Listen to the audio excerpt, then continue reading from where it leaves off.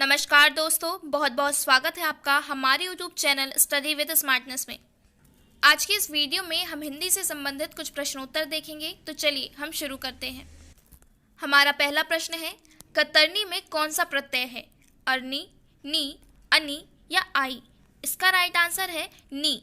चूंकि प्रत्यय वे शब्दांश होते हैं जो कि किसी शब्द के पीछे लगकर नए शब्द बनाते हैं, तो यहाँ कतरनी इसमें नी प्रत्यय का उपयोग किया गया है।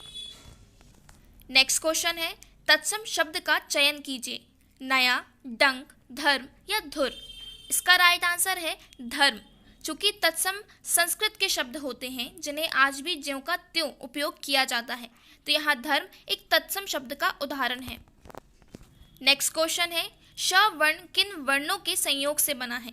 क धन श, क धन शा, क धन चा या का धन छा? इसका राइट आंसर है क धन शा। चूंकि किसी भी वर्ण को बोलने या लिखने के लिए स्वर और व्यंजन दोनों का ही प्रयोग होता है, लेकिन यहाँ श एक संयुक्त अक्षर है जिसमें दो व्यंजनों का प्रयोग किया गया है, क और श। नेक्स्ट क्वेश्चन है, कंटक का विलोम क्या है? कांटा, कुसुम, संकट या वियोग? इसका राइट आंसर है कुसुम। चूंकि विलोम यानी विपरीत अर्थ प्रकट करने वाले शब्द होते हैं, तो यहाँ कंटक का अर्थ होता है कांटा या बाधा, तो इसका विपरीत अर्थ प्रकट करने वाला शब्द होगा कुसुम। कुसुम यानी पुष्प या फूल। नेक्स्ट क्वेश्चन है, मौत मात शब्द युग्म का सही अर्थ भेद क्या है? पराजय विजय, मृत्यु अमरता, मृत्यु पराजय या पराजय अमरता? इसका राइट आंसर है मृत्यु पराजय। चूंकि मौत यानी मृत्यु होता है और मात को यानी हारा हुआ या पराजय जिसे कहते हैं, तो इस शब्द युग्म का सही अर्थ होगा मौत यानी मृत्यु, मात यानी पराजय। नेक्स्ट क्वेश्चन है, श्रेयधन कर की संधि क्या होगी? श्रेयस्कर, श्रेयस्कर, श्रेयस्कर या श्रेयस्कर? इसका राइट आंसर है श्रेयस्कर। चूंकि श्रेयस्कर एक विसर्ग संधि का उदाहरण है और विसर्ग संधि में हमेशा विसर्ग के बाद जो भी व्यंजन या स्वर आता है उसके कारण विसर्ग में परिवर्तन हो जाता है, तो यहाँ पर श्रेय धन कर मिलकर श्रेयस्कर शब्द बना रहे हैं। नेक्स्ट क्वेश्चन है, कृदंत प्रत्यय किन शब्दों के साथ जुड़ते हैं? संज्ञा, सर्वनाम, क्रिया या इनमें से कोई नहीं? इसका राइट आंसर है क्रिया। कृदंत प्रत्यय की ये विशेषता होती है कि ये क्रिया से जुड़कर प्रत्यय बनाते हैं और इससे जो भी बने हुए शब्द होते हैं उन्हें कृदंत कहते हैं। नेक्स्ट क्वेश्चन है, ड और ढ को कौन से वर्ण कहा जाता है? सजातीय वर्ण, विजातीय वर्ण, विकसित वर्ण या इनमें से कोई नहीं? इसका राइट आंसर है विकसित वर्ण। ड और ढ को विकसित वर्ण कहा जाता है क्योंकि ये वर्ण जो है वो मुख के उस हिस्से से निकलते हैं जिसे मूर्धा कहा जाता है। मूर्धा से इनका उच्चारण होता है। ये दोनों ही वर्ण ट वर्ग में आते हैं।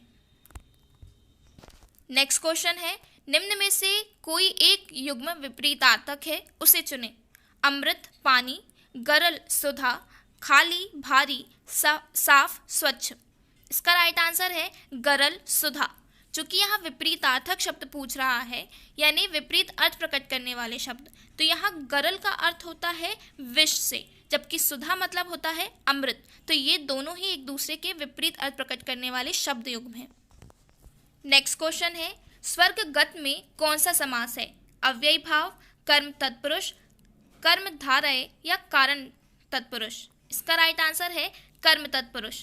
चूंकि स्वर्गगत जब हम इसका समासिक विग्रह करते हैं तो स्वर्ग को गया हुआ, ये एक तत्पुरुष समास का उदाहरण है जिसमें उत्तर पद प्रधान होता है, तो यहाँ पर कर्म तत्पुरुष है जहाँ पर को एक कर्म कारक चिन्ह उपयोग किया गया है और यहाँ पे गया एक प्रधान शब्द है। नेक्स्ट क्वेश्चन है, अर्थगत सौंदर्य के लिए प्रयोग किए जाने वाले साधन को कौन सा अलंकार कहते हैं? उभयालंकार, शब्दालंकार, लुप्तोपमा अलंकार या अर्थालंकार? इसका राइट आंसर है अर्थालंकार।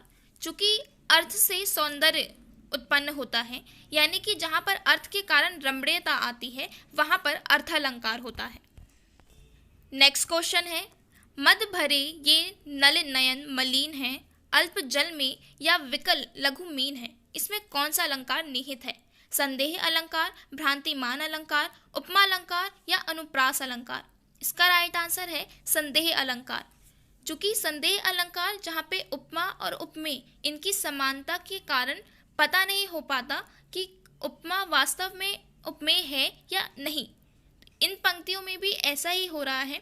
यहाँ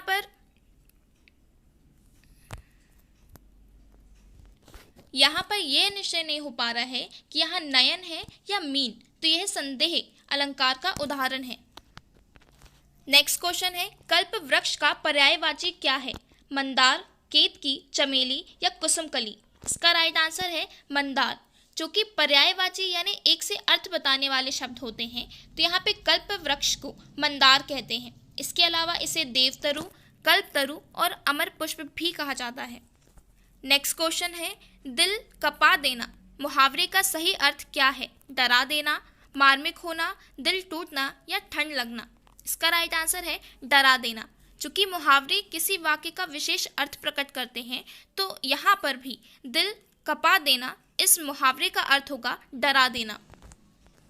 नेक्स्ट क्वेश्चन है, ऊंची दुकान फीके पकवान लोकोक्ति का सही अर्थ क्या है? ऊंचाई पर बनी दुकान के पकवान मीठे नहीं होते, ऊंची दुकान महंगी होती है, दिखावटी वस्तु में गुणवत्ता कम होती है, दिखावट में आकर्षण अधिक होता है। इसका राइट आंसर है दिखावटी वस्तु में गुणवत्ता कम होती है। चूंकि लोकोक्तियाँ यानी जो लोक में प्रचलित कथन होते हैं उन्हें लोकोक्तियाँ कहते हैं, तो यहाँ ऊंची दुकान फीके पकवान एक लोकोक्ति है जिसका अर्थ है दिखावटी वस्तु में गुणवत्ता कम होना। इसे एक उदाहरण से समझ सकते हैं कि दीपक की दुकान का कपड़ा तो ऊंची दुकान फीके पकवान के समान ही है। ये आज के हमारे हिंदी के इंपॉर्टेंट क्वेश्चंस थे। देखने के लिए धन्यवाद। Thanks for watching study with smartness. Please like, share and subscribe.